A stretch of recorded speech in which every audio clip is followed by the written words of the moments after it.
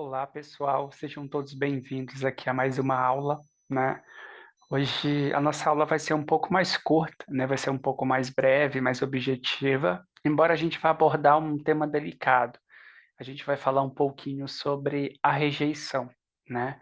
De certa forma, a rejeição, ela permeia a vida da maioria das pessoas que estão nos consultórios terapêuticos, a maioria das pessoas que sofrem de alguma demanda de saúde mental, a maioria das pessoas que têm alguma espécie de conflito com a família. Então, eu acho que falar da rejeição é uma oportunidade da gente repensar o que, né, esse sentimento exerce, qual o papel, a importância e as consequências dele na sua vida, que geralmente acontecem na infância, mas se reverberam e por toda a nossa vida adulta. Então, a gente vai falar um pouquinho sobre a rejeição. Eu já gostaria de trazer, né, falar para vocês que a rejeição, né, é um tema delicado para algumas pessoas, pode ser um pouco sensível para algumas pessoas. Então, assim, eu sugeriria que você avalie, né, se é o momento de você assistir essa aula, avalie se você está preparado para essa aula, se você tem aí um suporte, né, uma pessoa para quem você possa correr, para quem você possa desabafar, pedir ajuda, pedir de fato esse suporte. Se você não tem essa pessoa, experimenta pensar, se perguntar, olhar aí para o teu percurso, para o teu estado mental e emocional, como que você está, né? Eu sempre gosto de dizer que alguns livros, alguns filmes, eles não são muito indicados para todos os momentos que a gente está vivendo. De igual forma, falar de rejeição, consequentemente falar da culpa, pode ser uma temática muito sensível para algumas pessoas. Se você está no processo terapêutico, tem aí um analista, um terapeuta para você contar, ótimo.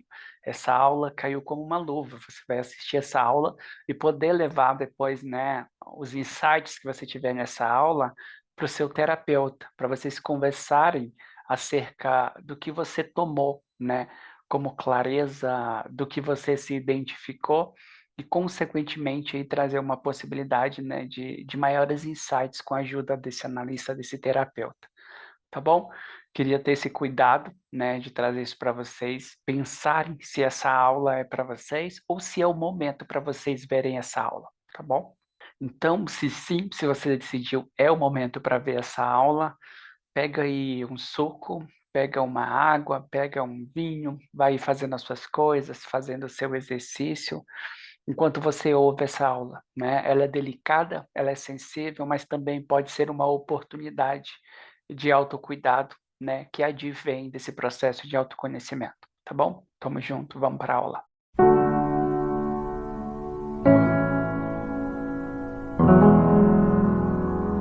Então, pessoal, conforme nós vamos aqui trabalhando algumas demandas, trazendo alguns assuntos, desenvolvendo, né, alguns conteúdos, vocês vão perceber que alguns assuntos, algumas demandas também são sensíveis para mim.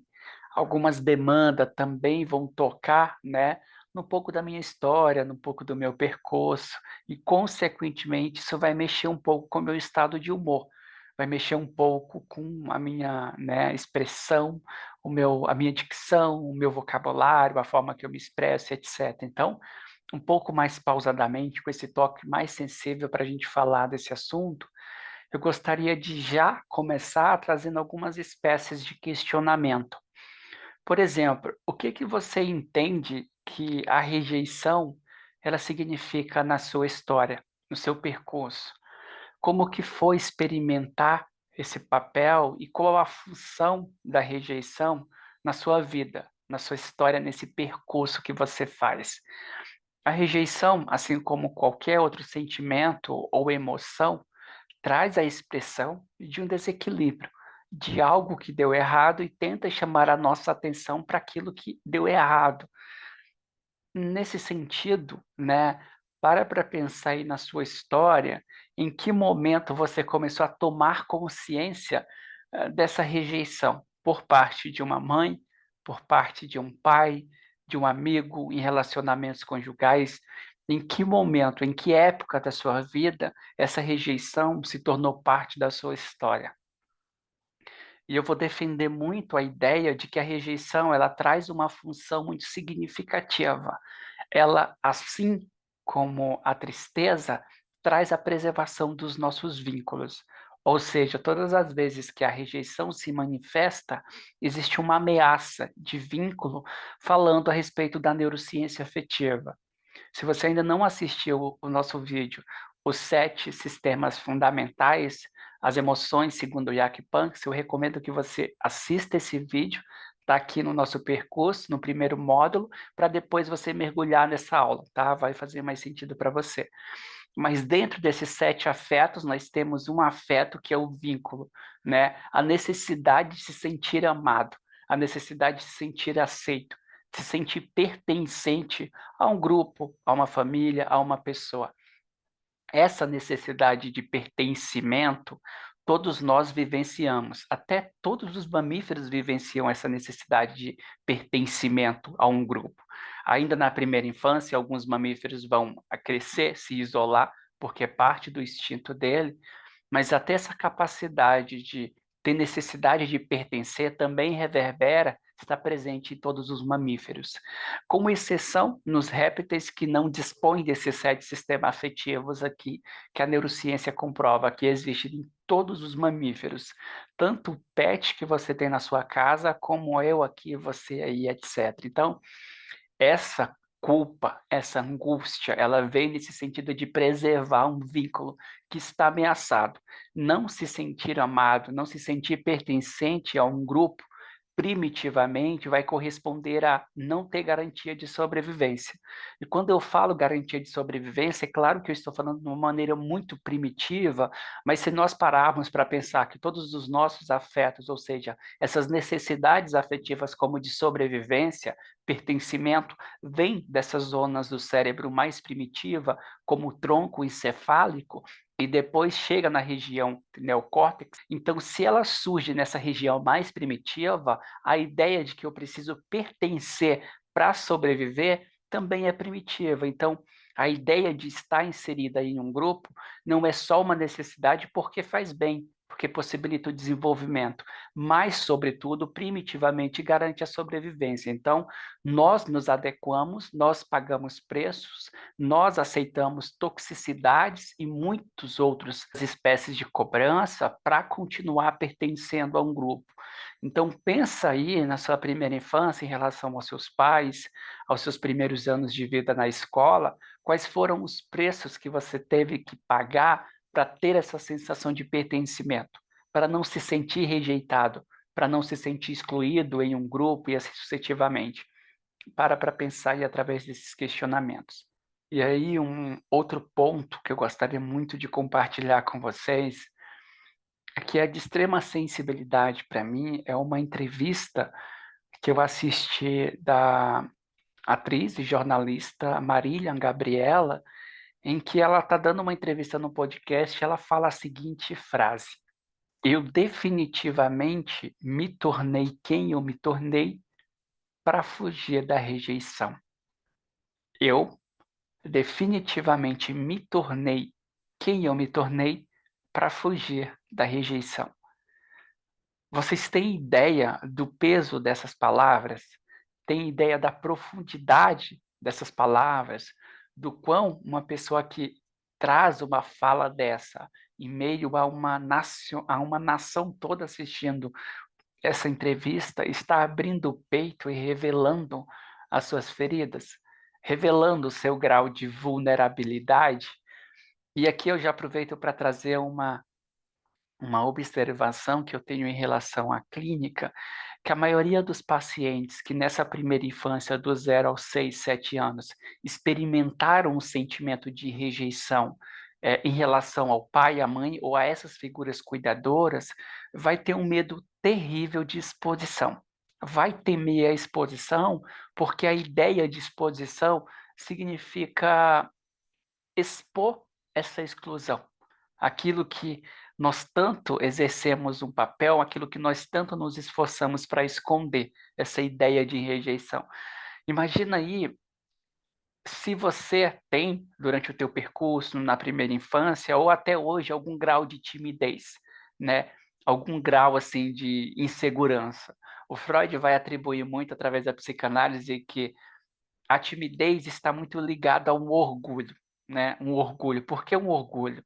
A timidez significa você vir à tona, você se expor, e quando você se expõe, pensar que o outro pode considerar que você não é tão bom quanto ele achava que você é.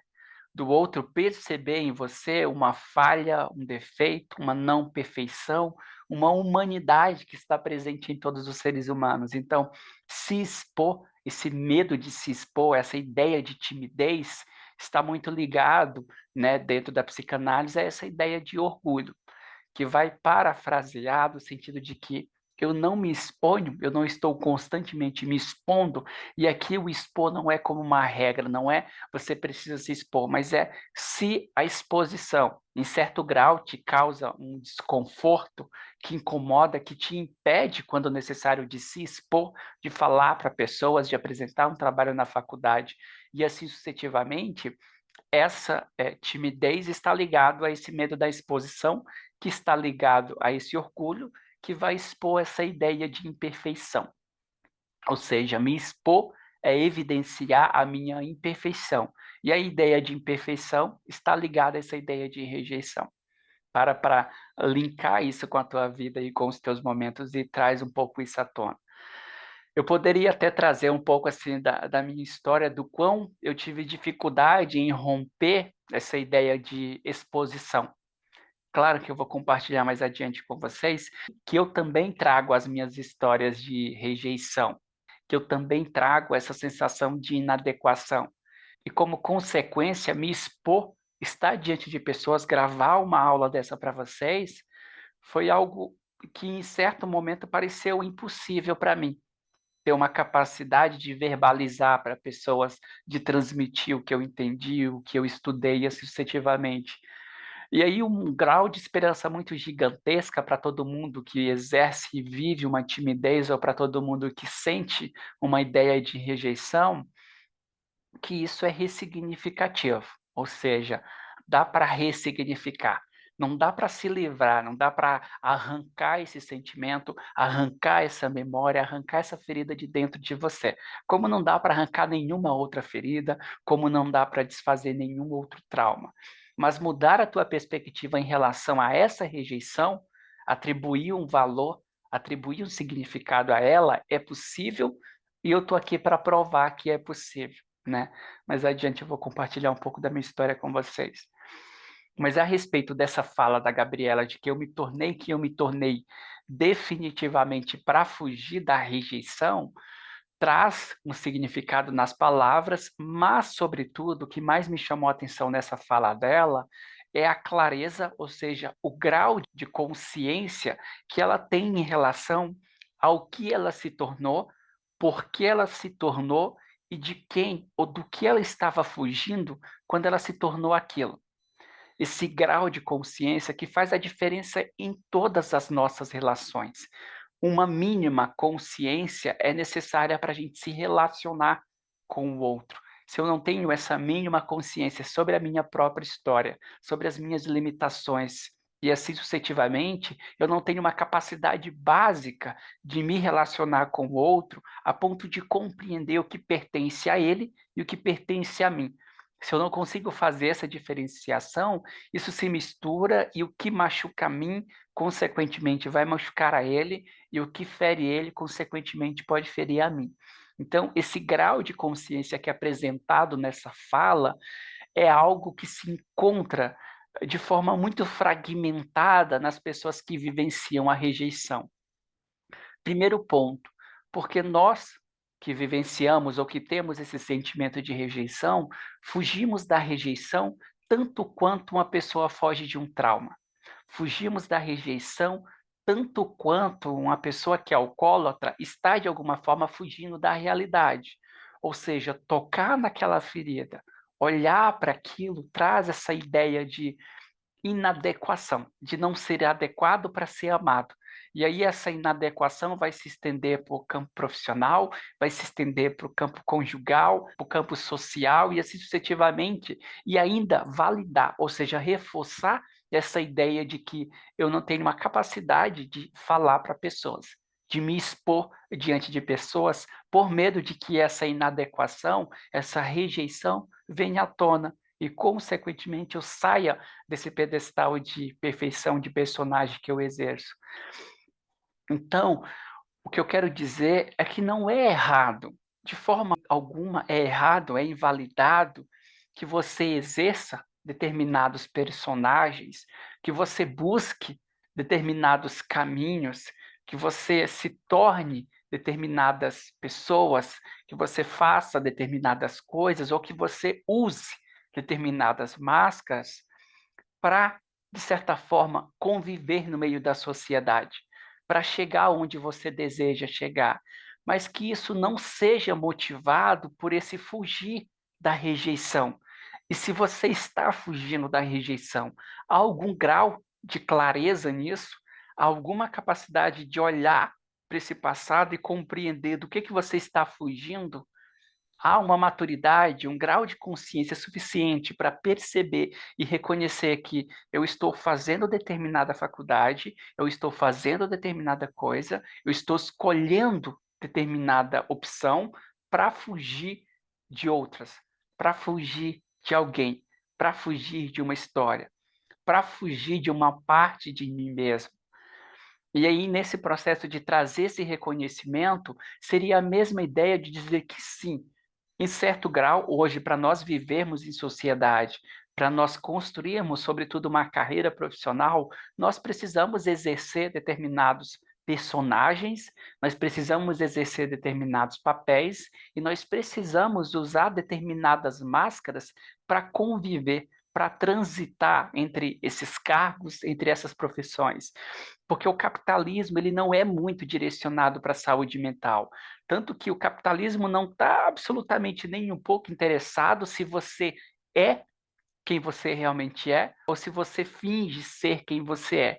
O importante é que você consiga exercer esses papéis, você consiga cumprir essas responsabilidades. Isso está de bom tamanho para o capitalismo. Então, para conviver, se sustentar, ter um mínimo de conforto, de estudo, acesso à cultura, lazer, nessa sociedade, sim, a gente precisa experimentar esses papéis, essas personas, essa capacidade de colocar uma máscara, de interpretar um papel como os atores fazem, e depois sair desse lugar de ator, depois sair desse lugar de personagem, e, consequentemente, pensar. Eu exerço esse papel temporariamente, mas enquanto eu exerço esse papel, constantemente eu tenho consciência, eu tenho controle do que eu estou exercendo. Eu tenho controle dos personagens que eu exerço. Eu tenho controle, eu tenho consciência das máscaras que eu coloco. Eu tenho controle sobre isso. É no sentido de você usar a máscara e não ser usada por ela. De você usar, exercer persona, papéis, personagens, mas não ser usado por essa persona, não ser substituído por esse personagem, não ser tomado por esses papéis. Então, transitar entre essas personas, entre esses papéis, essas máscaras, é absolutamente bem-vindo e até necessário em certa medida. Mas aí pensar, refletir ou trabalhar o grau de consciência que você tem enquanto você exerce esse papel. Ter o grau de consciência enquanto você usa essa máscara para que aquilo não se misture com a sua verdadeira identidade, para que esse personagem não se confunda, sobretudo para si mesmo, sobre quem você é, sobre a história que você viveu. Porque quando você passa a colocar esse personagem como alguém que é exercido 24 horas, essa máscara que você usa 24 horas, seria como se metaforicamente a vida virtual estivesse se opondo à nossa vida real. Como consequência, pessoas que sustentam uma ideia de felicidade, que sustentam uma ideia de perfeição na internet e, como consequência disso, experimenta o vazio, a falta de identidade na vida real. E como consequência, quanto mais eu invisto, quanto mais eu vou depositar, segundo a psicanálise, energia libidinal para sustentar um personagem, menos eu consigo sustentar a minha verdadeira identidade.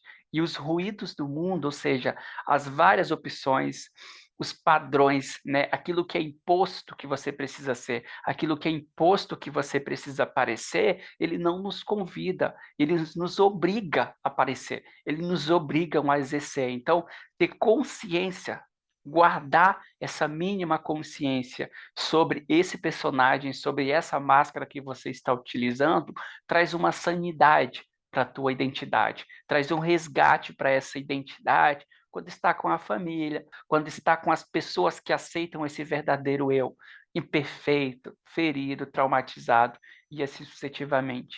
Deixa eu compartilhar um pouco das minhas experiências sobre rejeição, né, na minha história. Os momentos que eu vivenciei rejeição e o quanto eu demorei para tomar consciência dessa rejeição que eu vivi, embora a maior parte da minha vida tenha sido impulsionada, tomada ou direcionada, comandada por esse sentimento de rejeição. Ou seja, esse papel que você exerceu, esse personagem que você se tornou, essas escolhas que você fez em relação à sua vida, na maioria das vezes de forma inconsciente. Hoje você consegue ter uma clareza que foi para fugir da rejeição. Hoje você consegue ter uma clareza que foi para fugir daquela cidade, daquela família, daqueles pais, né? De certa forma, para fugir, para ter menos contato possível com essa ideia, com esse sentimento de rejeição. Dá para você pensar isso a respeito da sua vida? Eu vou te mostrar que eu vivi isso. Então, eu nasci, né, no interior, a gente fala roça mesmo, assim, no meio do mato. Morava eu, a minha mãe, o meu pai e o meu irmão. Eu não tive a oportunidade de conhecer o meu pai, não tive esse contato com o meu pai.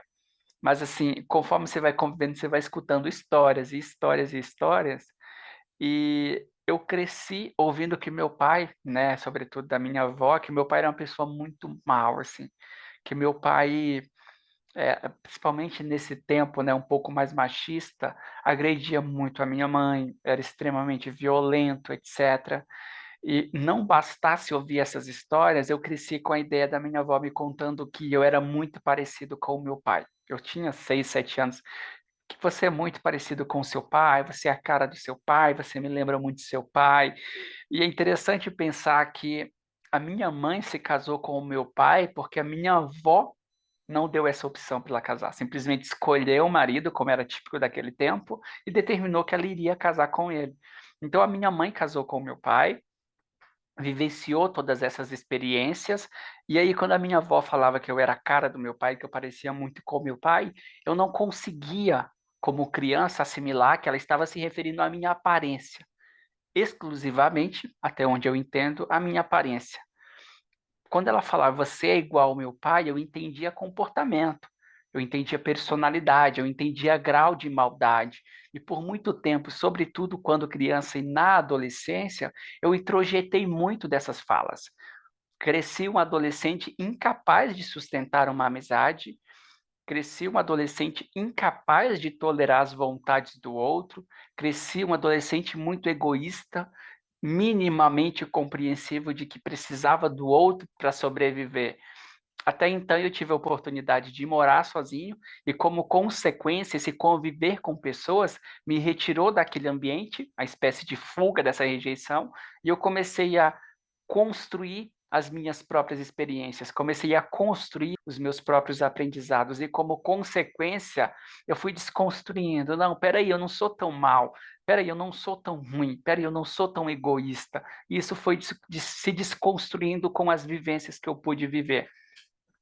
E aí um ponto importante é que, além de eu crescer com essa ideia de que eu era muito parecido com meu pai, e reforço que quando você fala para uma criança que ela é absolutamente parecida com alguém que na sua perspectiva é negativa, é ruim, é grosseira, é agressiva, é violenta, essa criança não vai ter a capacidade de elaborar que isso se trata de fisionomia, que isso se trata de característica física, de aparência. Ela vai entender absolutamente que o comportamento do outro é o comportamento dela, que o jeito do outro, a agressividade do outro, a violência do outro é a agressividade dela, é a violência dela.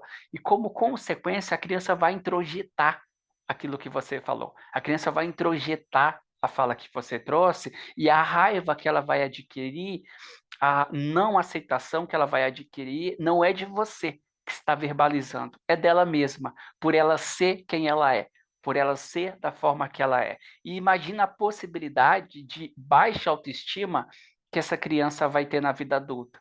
Imagina a possibilidade de criar amor próprio que essa criança vai construir na vida adulta. Absolutamente precária, absolutamente instável. E foi exatamente um pouco disso que eu vivi. Não bastasse esse fato de eu conviver, ouvindo que eu era parecido com meu pai, então eu entender que era personalidade e comportamento, eu me lembrava muito assim de uma cena ontem conversando com a minha esposa que a minha avó, até a minha mãe e alguns parentes falavam que o meu pai gostava mais do meu irmão do que de mim. E nós éramos dois irmãos, o meu irmão era filho de outro pai, de um outro casamento da minha mãe, e eu filho do meu pai mesmo. E aí eles sempre verbalizavam para mim que o meu pai gostava mais desse meu irmão, que era filho de um outro casamento da minha mãe, do que de mim. E eles verbalizavam muito assim: o seu pai gosta mais do seu irmão do que de você, do próprio filho. Você vê como ele é uma pessoa ruim, você vê como ele é uma pessoa desamada e assim sucessivamente. Então, eu introjetei por muito tempo esse ódio, essa inadequação, essa sensação de que eu não mereço ser amado como característica. E fui para o mundo adolescente muito permeado dessa baixa autoestima, muito permeado dessa inadequação, desse sentimento de inferioridade, ao ponto que, por um longo período da minha vida, eu tive uma dificuldade absurdamente profunda de falar para pessoas, de comunicar com pessoas, de apresentar um trabalho na faculdade, de apresentar um trabalho no fundamental, no ensino médio, sucessivamente. Era uma tortura para mim todas as vezes que eu tinha que falar com alguém, todas as vezes que eu tinha que dialogar com alguém. No ensino fundamental, no ensino médio, eu sempre vivi muito isolado. Eu não consegui construir esses laços de vínculo, esses laços de chegar em alguém, conversar, construir uma amizade. Então, até mesmo nos poucos relacionamentos que eu vivi na adolescência, eu sempre tive aquele sentimento de que vai me abandonar a qualquer momento. O que que essa pessoa encontrou em mim? Ou aquilo que eu falei, quando essa pessoa descobrir o quanto eu sou ruim, o quanto eu sou mal, o quanto eu sou insuficiente, o quanto eu sou feio e etc., essa pessoa vai me abandonar. E aí, o tempo todo, eu sustentando, dentro da possibilidade do adolescente, um personagem que eu não era, um personagem que não era eu, um personagem que me custava caro, um personagem que me adoecia, um personagem que me fazia chorar, um personagem que fazia eu me isolar. Então, eu cresci um adolescente muito melancólico, muito introspectivo, com uma sensação de inadequação para o mundo, para estar com pessoas. Levei um longo tempo para conseguir lidar com isso. Modifiquei muita coisa, trabalhei muita coisa, a maioria delas através de um processo de autoconhecimento, muito pouco, pelo menos nesse momento, amparado pela terapia. Hoje não, hoje o sustento disso se dá pela terapia, se dá pela psicanálise sucessivamente. E aí, um outro fato que intensificou ainda mais uma das coisas que eu vivi é que eu não tinha acesso a profissionais de saúde. Não existia psicólogo, não existia psicanalista, não existia a ideia de saúde mental. Eu nem sequer sabia que um cérebro desse existia dentro da minha cabeça. Precária. Tamanha precariedade foi a educação que eu tive, e aí eu estou falando de educação professor mesmo, escola, estrutura e etc. Mas aí um outro ponto que intensificou ainda mais esse sentimento de rejeição foi um outro fato que, além do meu pai, né, não gostar de mim, ser uma pessoa extremamente ruim, foi que quando eu tinha 1 ano de idade, o meu pai me abandonou. Ou seja, o meu pai vendeu uma fazenda que a minha mãe tinha, que era dele e dela, pegou todo o dinheiro e foi embora para a capital, foi embora para Goiânia. Como consequência, a minha mãe foi despejada, nós fomos despejados da fazenda, porque já não era nossa, fomos morar com a minha avó, e até então, assim, declinou totalmente a ideia, assim, eu acho que... E essas informações, elas foram vindo fragmentado.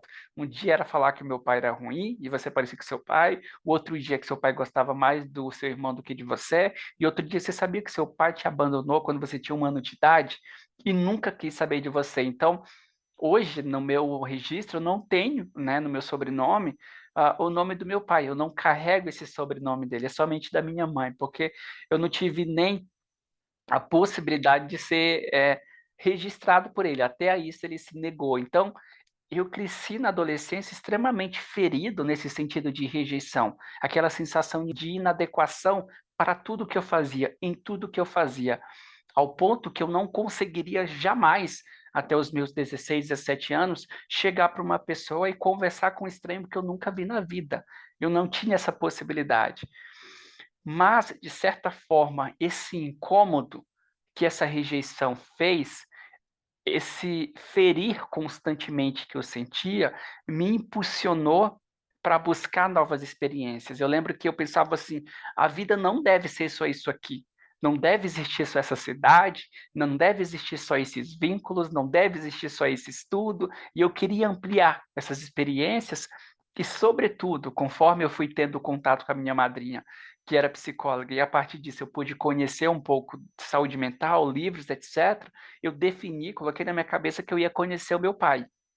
Então, até os 18 anos ali eu trabalhei, terminei o ensino médio tardiamente, e tinha juntado uma grana de alguns trabalhos que eu consegui, e eu disse assim para minha mãe: o presente de aniversário que eu quero é ir embora para Goiânia. Quero ir embora para Goiânia, etc. E aí ela falou: por que você quer ir? Eu falei: eu quero recomeçar, quero estudar, quero fazer uma faculdade. E de começo a minha mãe não aceitou. Até que, passado alguns dias, assim, próximo do aniversário, ela aceitou. Eu terminei o ensino médio, peguei o dinheiro que eu tinha e fui morar na capital.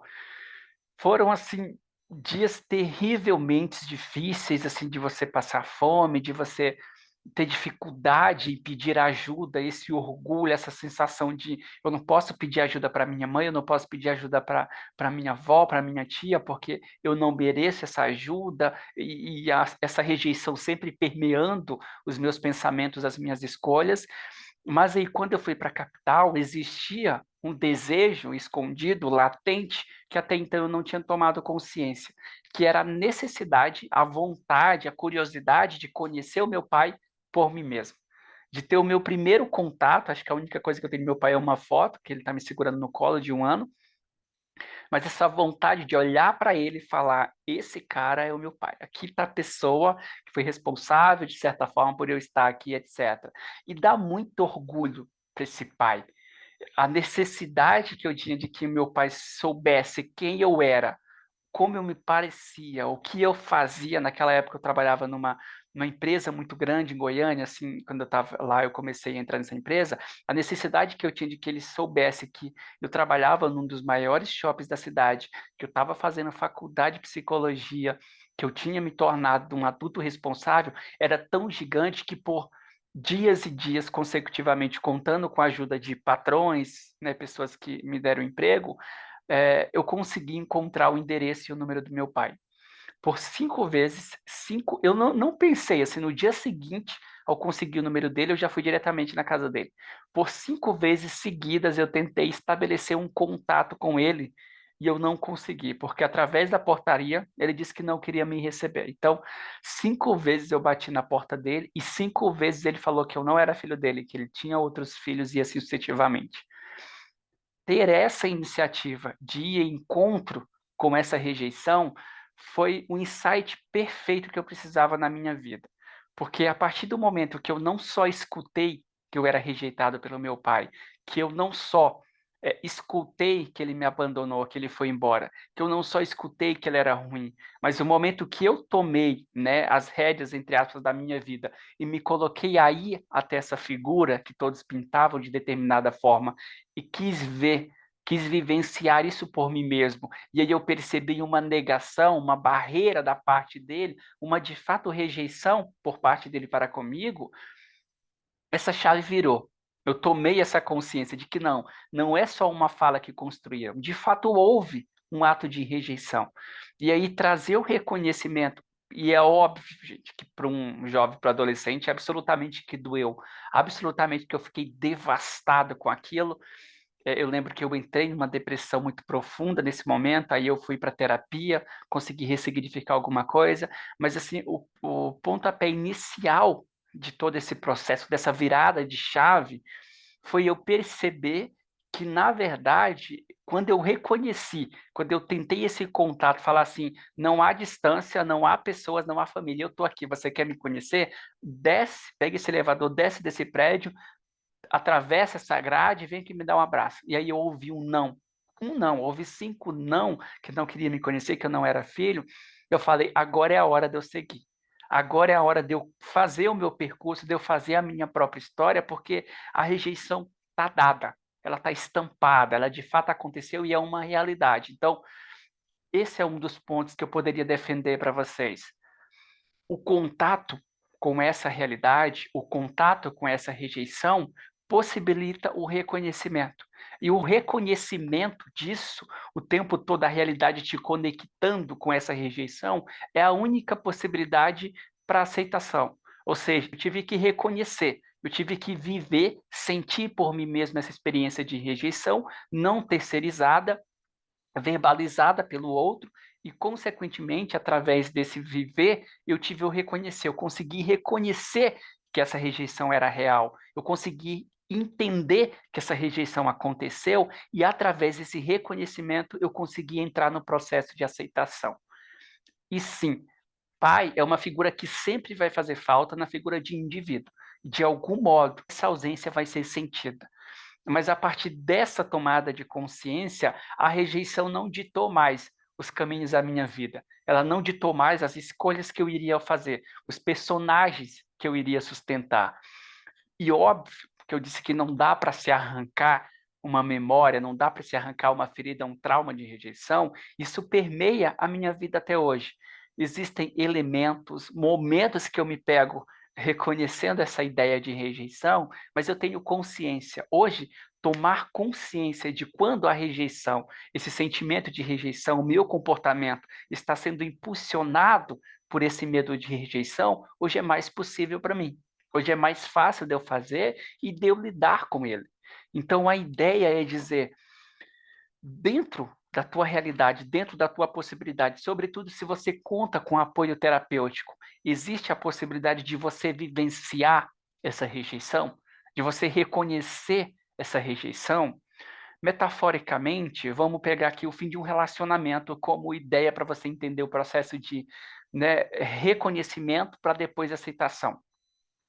Imagina que você rompe um relacionamento, você construiu uma casa, morava com essa pessoa, tinha filhos, etc. Você rompe essa relação. Ao cortar esse vínculo, você vive um processo de luto, de não aceitar que aquele relacionamento acabou. Mas todas as vezes que você retorna para casa ou que você vai para um hotel e essa esposa, essa casa, esse filho já não está mais presente nesse hotel, todas as vezes que você vai no guarda-roupa e as roupas da esposa já não está mais presente no guarda-roupa, ou já não é mesmo mais o mesmo guarda-roupa, essa realidade está te obrigando a ter contato com ela. E quanto mais você tem contato com a casa sem a esposa, a casa sem o filho, guarda-roupa diferente, as roupas não mais no guarda-roupa, quanto mais contato você tem, mais reconhecimento você tem que ter, mais reconhecimento a realidade está te colocando. E quanto mais reconhecimento você tem, e independente de você estar preparado ou não para viver esse reconhecimento, a realidade vai estar o tempo todo ali, jogando, né, o que é real em você, jogando, evidenciando a ausência da esposa, evidenciando a ausência do filho. E quanto mais você vive essa realidade, mais isso abre espaço para o reconhecimento. E quando existe esse reconhecimento, é o único caminho que leva para o processo de aceitação. Não há possibilidade de você ir para a aceitação se você tomar, né, consciência e reconhecimento. Por isso que o Freud fala que você só cura, você só trata, você só trabalha, só administra aquilo que você torna consciente. Se distanciar da rejeição, fingir que a rejeição não existe, a partir de um personagem que é amado, que é aceito, que é idolatrado, admirado e validado por todo mundo, não faz essa rejeição surgir. Pelo contrário, mais ela se fortalece dentro de você. Então, entender isso, se permitir viver essa realidade, significa todos os dias você chegar em casa, escrever sobre esse sentimento de rejeição, pensar, trabalhar a rejeição como um processo terapêutico com o seu analista, com o seu terapeuta. Se permitir sentir essa dor. A ideia de deixa doer mais uma vez para não doer nunca mais. Não é que não vá doer nunca mais, mas não da forma que dói hoje. E a partir do momento que você se permite fazer uma asepsia, curar essa ferida com o amparo de um profissional, mais você tem possibilidade de tirar a rejeição como guia para a tua vida. Mas você tem possibilidade de não buscar uma faculdade de medicina amando exatas e não buscar uma faculdade de exatas amando medicina. Consequentemente, compreender que quando a rejeição se torna muito árdua, se torna aquilo que toma controle de nós, ela vai também controlar as nossas escolhas, ela vai também controlar a nossa vida. O Freud falava muito de uma ideia de inconsciente. Esse inconsciente não é uma estrutura, não é um local no cérebro.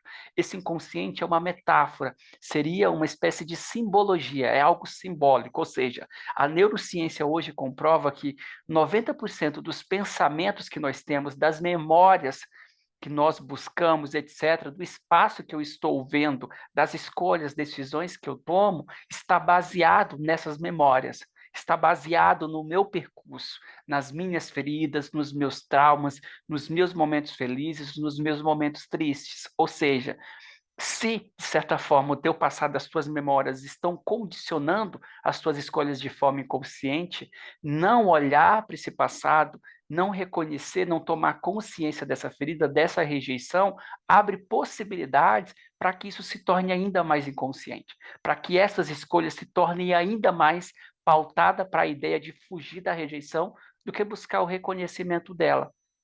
Então, tenta olhar aí para o teu percurso, tenta olhar para a tua história, para o contato que você consegue estabelecer com essa rejeição e, se necessário, busca um apoio terapêutico, um analista, um terapeuta, mas olha para essa rejeição, percebe o papel dela na sua vida, porque uma das características de que a rejeição está condicionando, ou por muito tempo condicionou a sua vida, é aquela necessidade de você fazer coisas, você se tornar alguém, você conquistar coisas para ser validado, para ser reconhecido.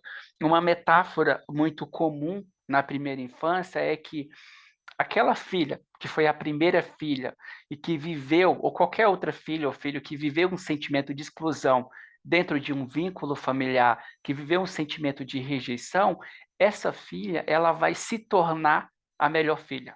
Vai ser a melhor aluna da sala, vai ser a irmã que cuida dos outros irmãos, vai ser a base da família, vai ser o orgulho da família, vai ser a melhor no trabalho, vai tirar as melhores notas para ganhar essa validação.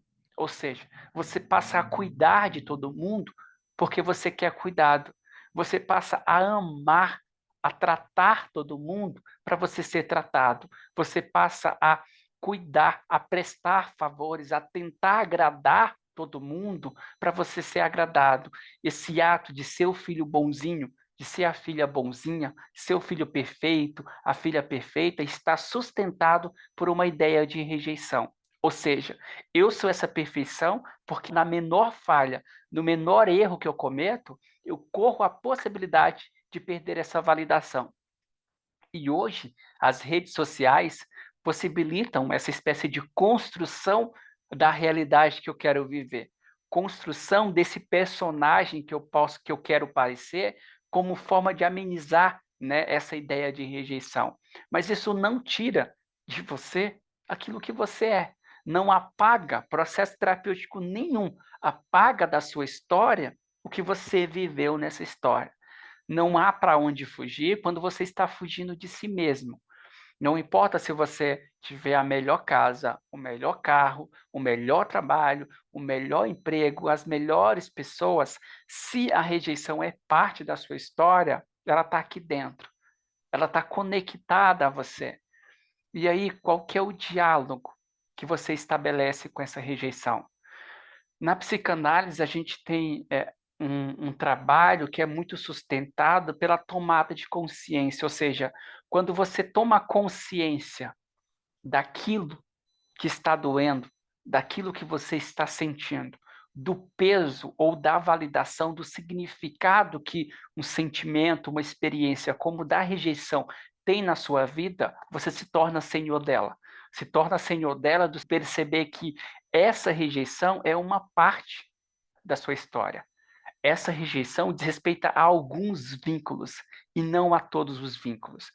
Então, a ideia é você começar a comparar esse momento, esse vínculo de rejeição com os vínculos atuais. Simples, vínculos muito simples. A pessoa que te chama para tomar um café, a pessoa que te convida para um aniversário, todos esses convites, todos esses estar com pessoas, estar em lugares, vai contra essa ideia de rejeição.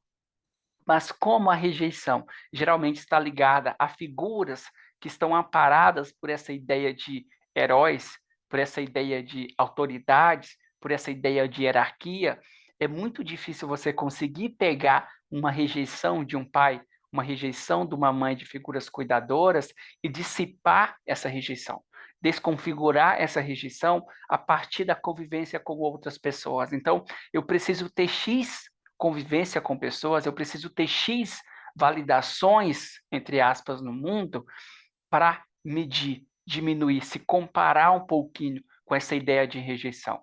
Mas colecionar esses momentos, colecionar memórias. A maioria das pessoas que viveram rejeição vão carregar essa necessidade gigantesca de ter que agradar, de ter que dar afeto, de ter que dar carinho, sobretudo para essas pessoas que as rejeitaram.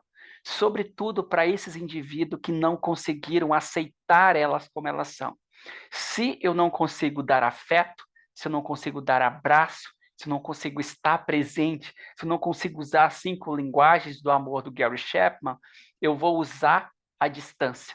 A distância com a virtualidade para fazer esse vínculo ser melhor.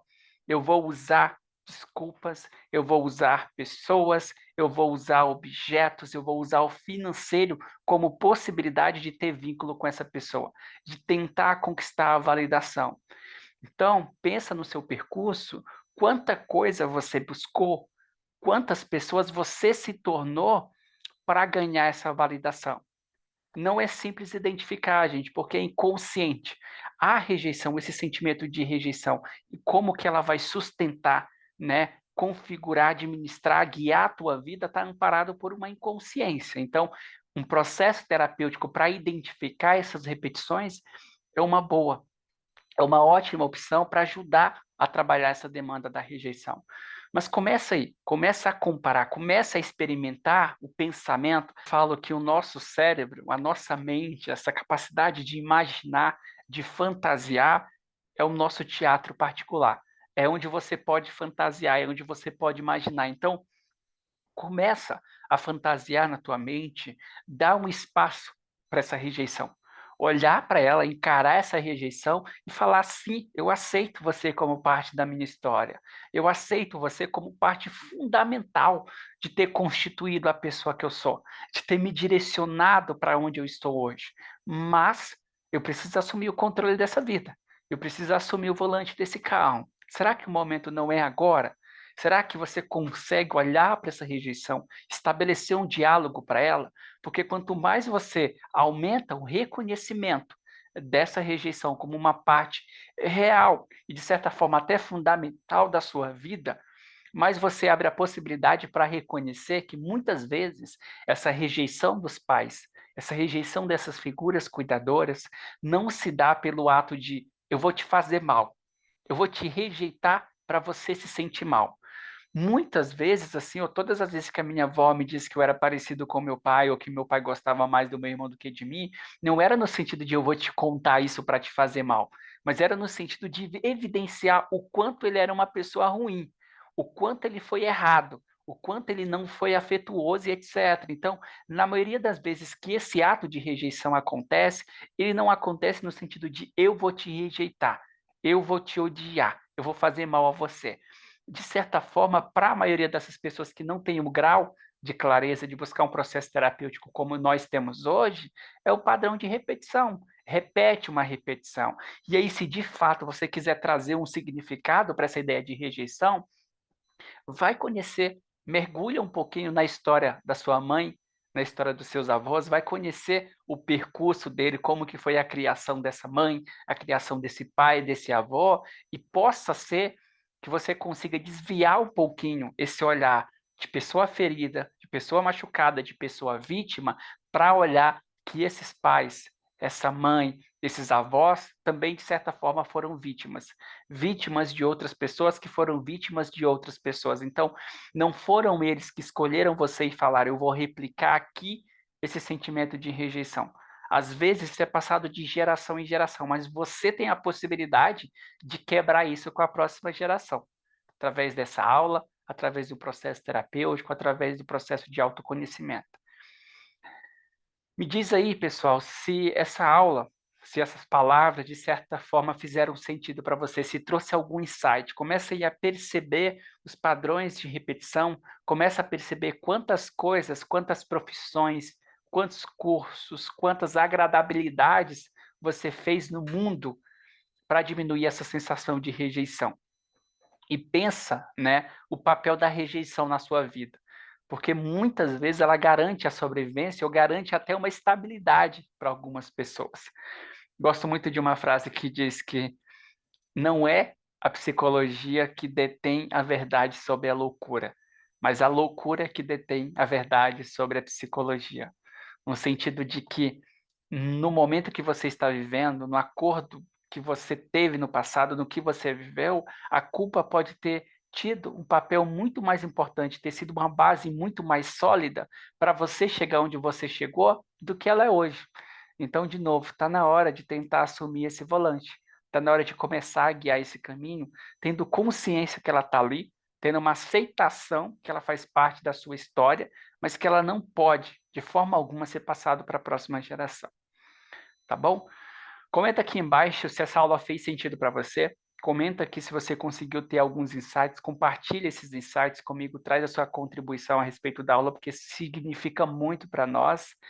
E eu vou deixar uma música aqui para finalizar essa aula. E assim que você terminar essa aula, já vai direto ouvir essa música, que eu acho que vai encaixar bem. Essa música se chama Monstros. Ela é do João e é uma música que teve um insight muito importante nesse sentido de a rejeição. Tem uma frase da música que diz assim: sempre busquei por liberdade, mas ser livre me fez só.